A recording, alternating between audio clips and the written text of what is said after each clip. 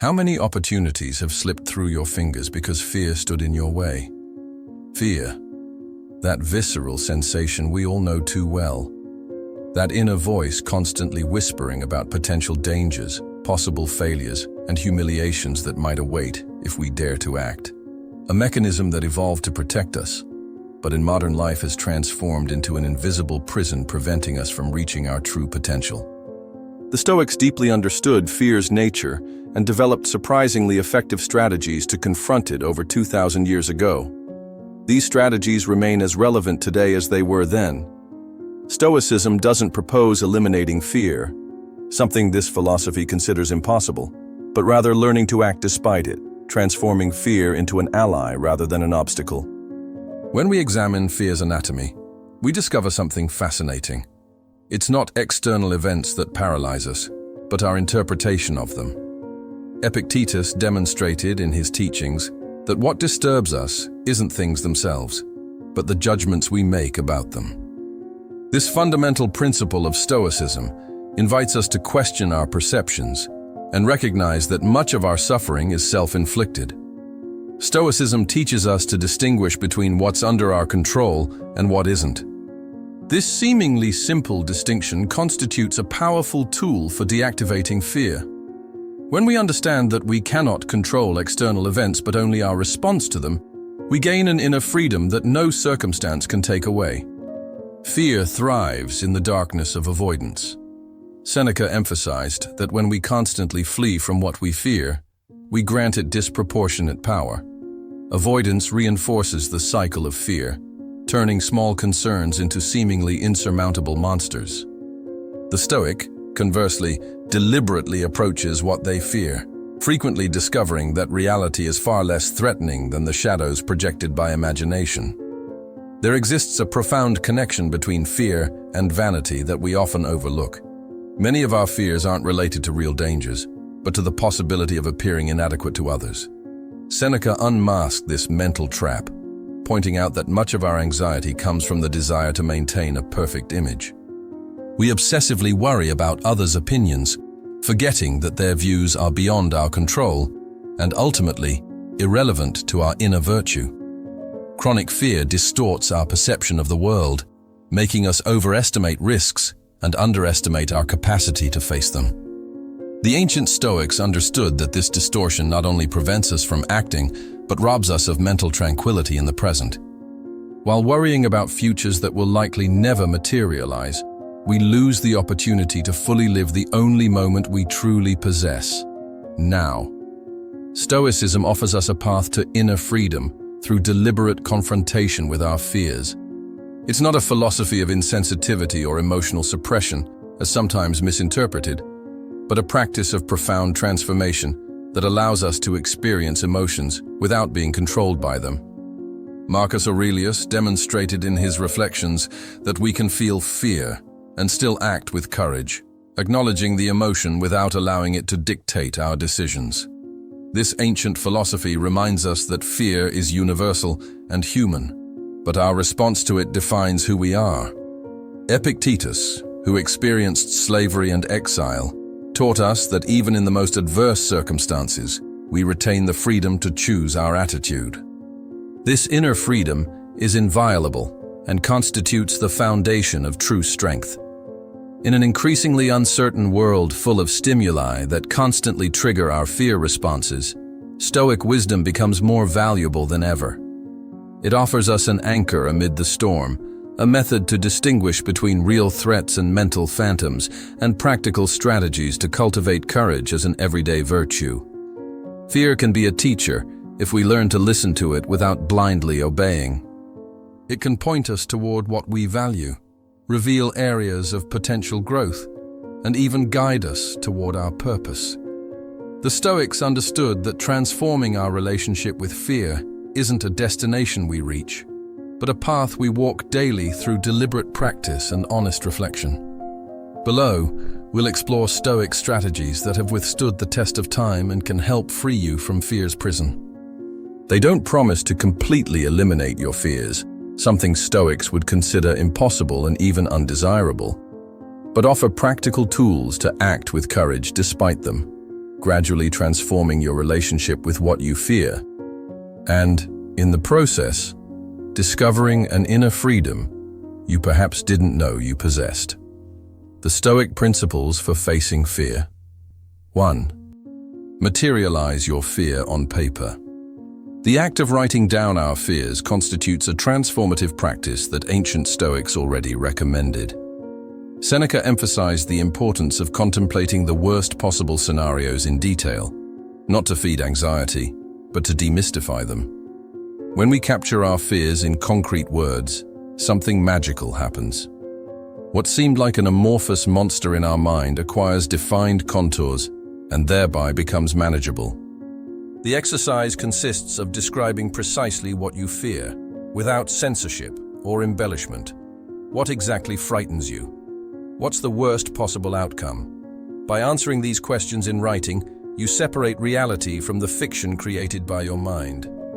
You'll discover that many of your fears are exaggerated mental constructs, while others, though valid, are perfectly manageable. This practice, known in Stoicism as premeditatio malorum, premeditation of adversities, allows you to become familiar with your fears in a safe environment. Like a warrior studying the enemy before battle, intimately knowing your fears gives you a strategic advantage over them. Marcus Aurelius constantly used this technique in his personal meditations, mentally preparing for the worst while working toward the best. The power of this practice lies in transforming fear from a toxic cloud enveloping your mind into a set of concrete possibilities that you can rationally analyze. At the end of the exercise, the crucial question is, if the worst happened, could I bear it? The answer, as the Stoics discovered, is almost always affirmative. 2. Practice on a small scale. Courage isn't born from the absence of fear, but from deliberate action despite it. Epictetus demonstrated in his teachings that we cannot escape a mental storm by turning our back. We must go through it. This profound psychological intuition forms the basis of the gradual exposure technique that we now recognize as one of the most effective treatments for anxiety disorders.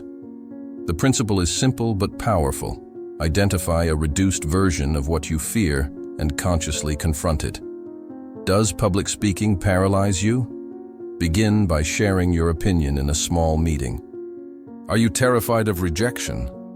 Start by asking for something insignificant that can be denied without serious consequences. Do you avoid conflicts at all costs? Practice expressing a minor disagreement in a safe environment. Each small victory over fear strengthens what the Stoics considered the supreme virtue, courage. Like a muscle that develops with constant exercise, your capacity to act despite fear grows with each deliberate exposure. Fascinatingly, you don't need to feel brave to act bravely. Paradoxically, it's brave action that eventually generates the feeling of courage.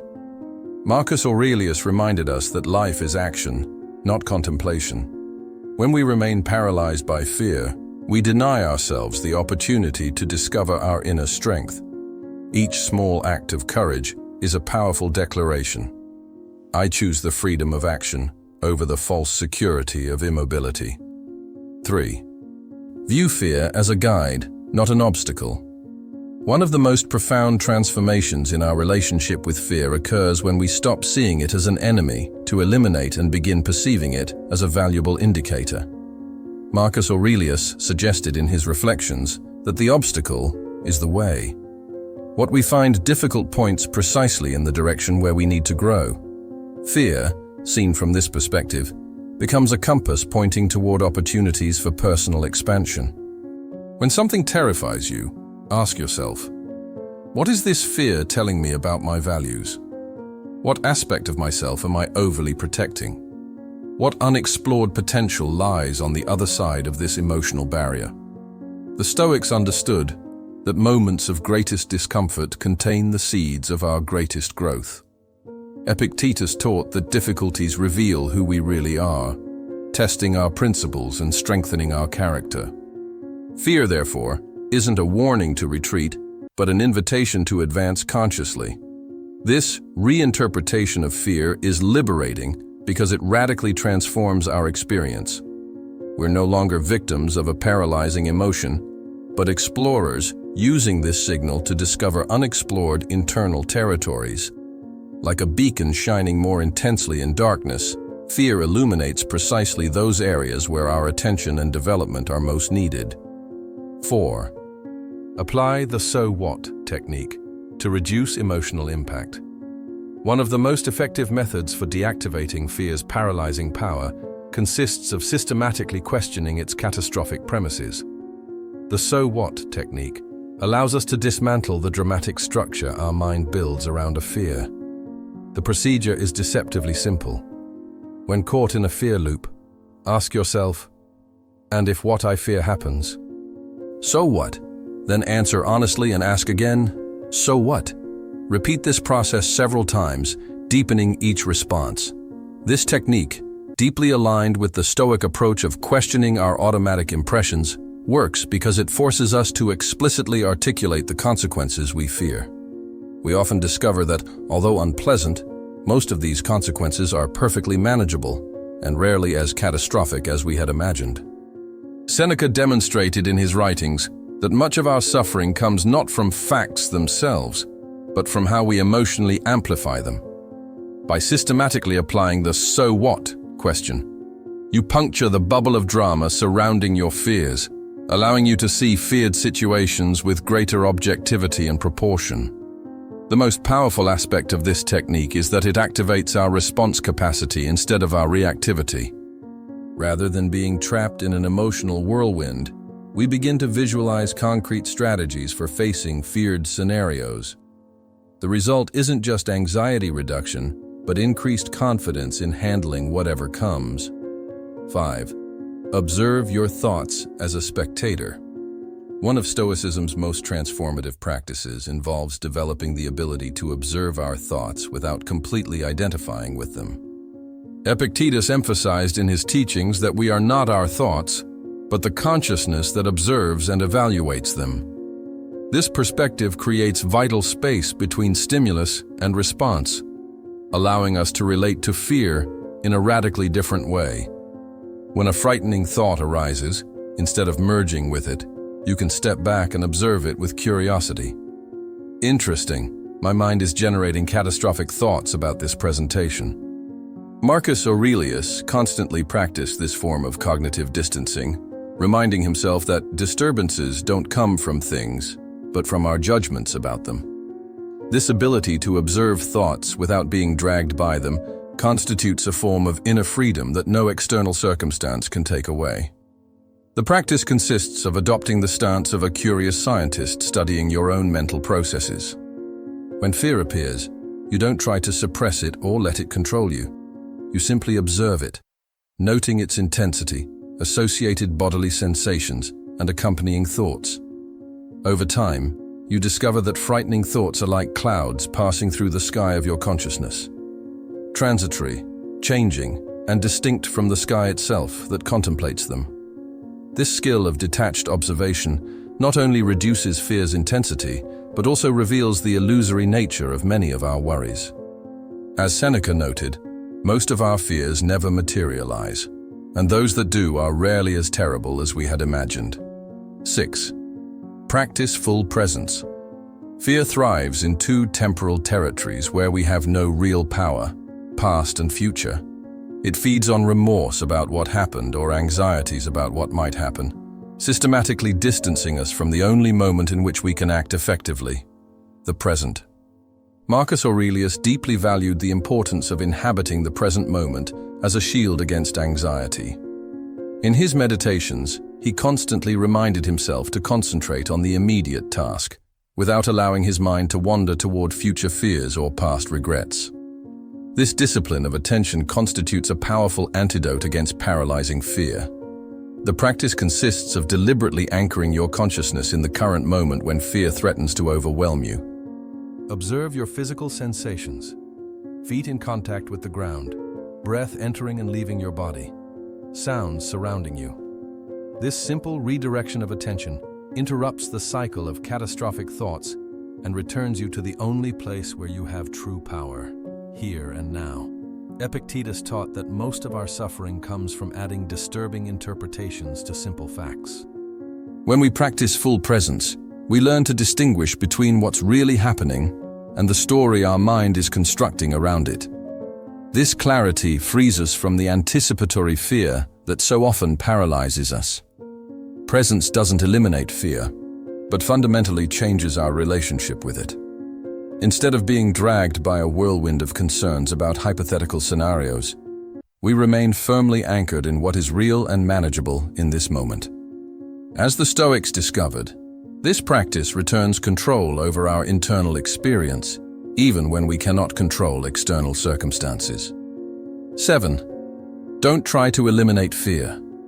Walk with it. One of Stoicism's most liberating understandings is that courage doesn't consist in the absence of fear, but in the willingness to act despite it. Seneca contemplated courage as a muscle that strengthens with use, not as a state achieved by completely eliminating fear. This perspective is deeply liberating because it frees us from the impossible struggle to eliminate a natural and evolutionarily necessary emotion. Fear itself isn't the problem. The real obstacle is the paralysis that arises when we allow fear to dictate our decisions. The practice consists of consciously recognizing fear's presence and at the same time, deliberately choosing action aligned with your values. You can tell yourself, I feel fear at this moment, and yet I choose to move forward. This simple declaration recalibrates your relationship with fear, transforming it from a dictator into a travel companion.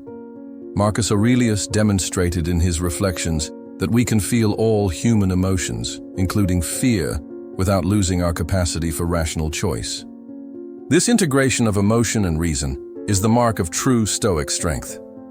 We don't suppress what we feel, but consciously incorporate it into our decision-making. The paradox is that when we stop fighting against fear and accept it as a natural part of human experience, its power over us considerably diminishes.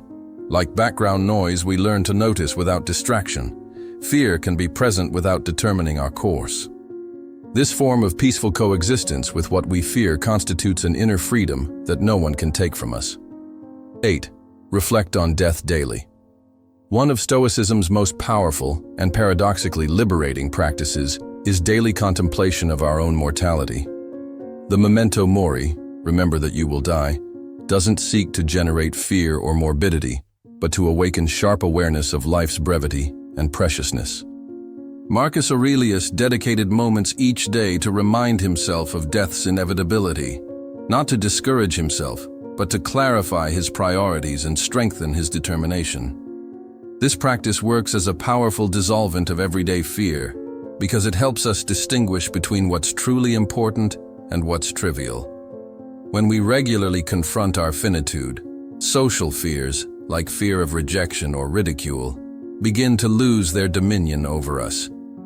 Death's perspective directly asks us, is it worth sacrificing your freedom of action for fear of what others might think of you? Do you want to reach the end of your life, having lived according to your fears or according to your values? The practice doesn't require elaborate meditations. It can be as simple as dedicating a few minutes each morning to contemplating that this day could be your last. Seneca suggested in his writings visualizing each night that we've completed our life, thanking for the day as an unexpected gift. This awareness of temporality radically transforms our relationship with fear, revealing how insignificant many of our concerns are against life's grandeur. Fascinatingly, contrary to what we might expect, thinking regularly about death doesn't sadden or paralyze us. Rather, it energizes and focuses us. Like a lens that concentrates sunlight to create fire, mortality contemplation intensifies our determination to live authentically, free from fear's invisible chains. 9. Adopt a micro-courage routine. Courage, like any Stoic virtue, doesn't develop through occasional heroic gestures, but through small, brave acts performed consistently. Epictetus emphasized that character forms through repeated actions until becoming permanent habits. The micro-courage practice consists of deliberately identifying small daily opportunities to act despite fear. It can be as simple as expressing an unpopular opinion in conversation, establishing a personal boundary when it would be more comfortable to yield, or initiating conversation with a stranger when shyness invites silence. These seemingly insignificant acts of courage have a powerful cumulative effect. Each time you choose action over avoidance, you're recalibrating your nervous system, teaching it that it can handle fear's discomfort without collapsing. You're literally building new neural connections that facilitate future courage. Marcus Aurelius reminded us that life comprises individual actions. Greatness doesn't come from dramatic gestures, but from the sum of small, brave choices made consistently. This understanding frees us from the paralysis that arises when facing seemingly enormous challenges. It allows us to recognize that the first step, however small, is already an act of courage. This practice's beauty lies in its accessibility. You don't need extraordinary circumstances to exercise your courage. Each day presents multiple opportunities to choose truth over comfort, action over paralysis, authenticity over conformity. Like water drops eventually piercing rock, these micro-acts of bravery gradually erode fear's prison. 10. Reduce exposure to what feeds your fears. A practical application of Stoic wisdom consists of consciously managing stimuli entering our mind. Marcus Aurelius deeply understood the importance of protecting our faculty of judgment from disturbing influences, avoiding sources that weaken our mental strength. In the digital era, this discipline has become more crucial than ever. Our minds are constantly bombarded by alarmist news, unfavorable social comparisons, and catastrophic predictions that repeatedly activate our internal alarm system. The modern Stoic recognizes the need to establish healthy boundaries in information consumption. The practice consists of honestly auditing your information sources. What content do you regularly consume? How do you feel after exposure to certain media, people, or platforms? Without judging yourself, simply observe what inputs increase your anxiety and fear, and which foster clarity and serenity. Seneca recommended in his writings carefully selecting our companies, recognizing that we inevitably absorb the attitudes and emotional states of those surrounding us. This principle equally applies to our digital companions, accounts we follow, podcasts we listen to, channels we consume. Reducing exposure to stimuli that amplify fear doesn't imply creating an ignorance bubble. Stoicism deeply values knowledge and civic participation. However, there's a crucial difference between being informed and being flooded.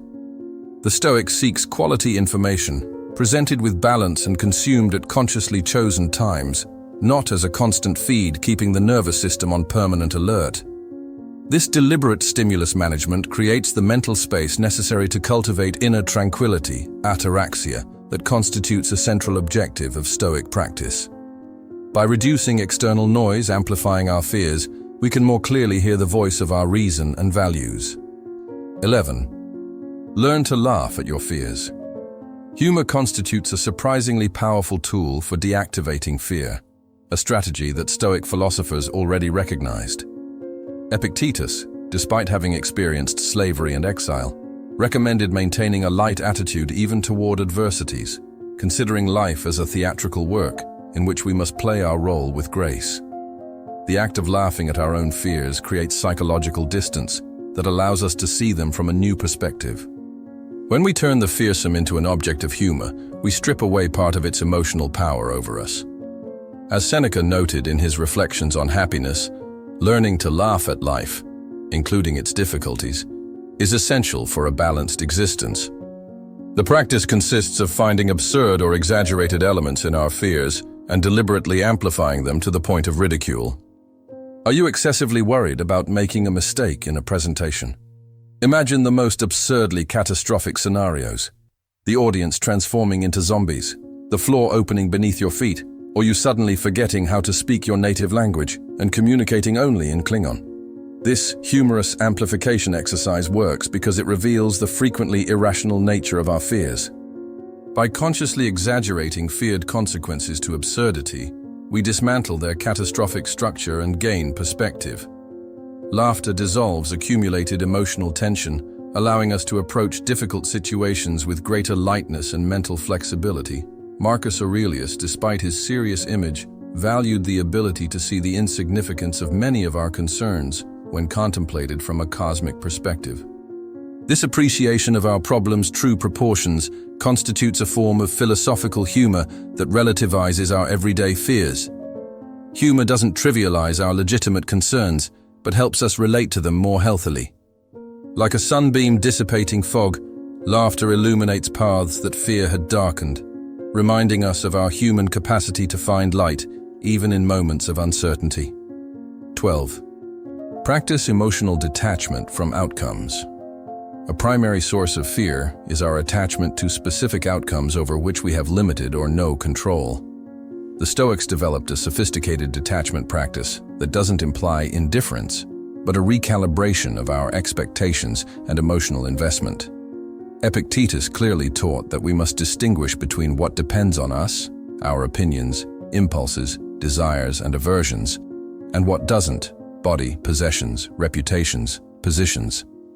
This fundamental distinction forms the basis of Stoic detachment, fully committing to excellence in our actions while freeing ourselves from anxiety about results.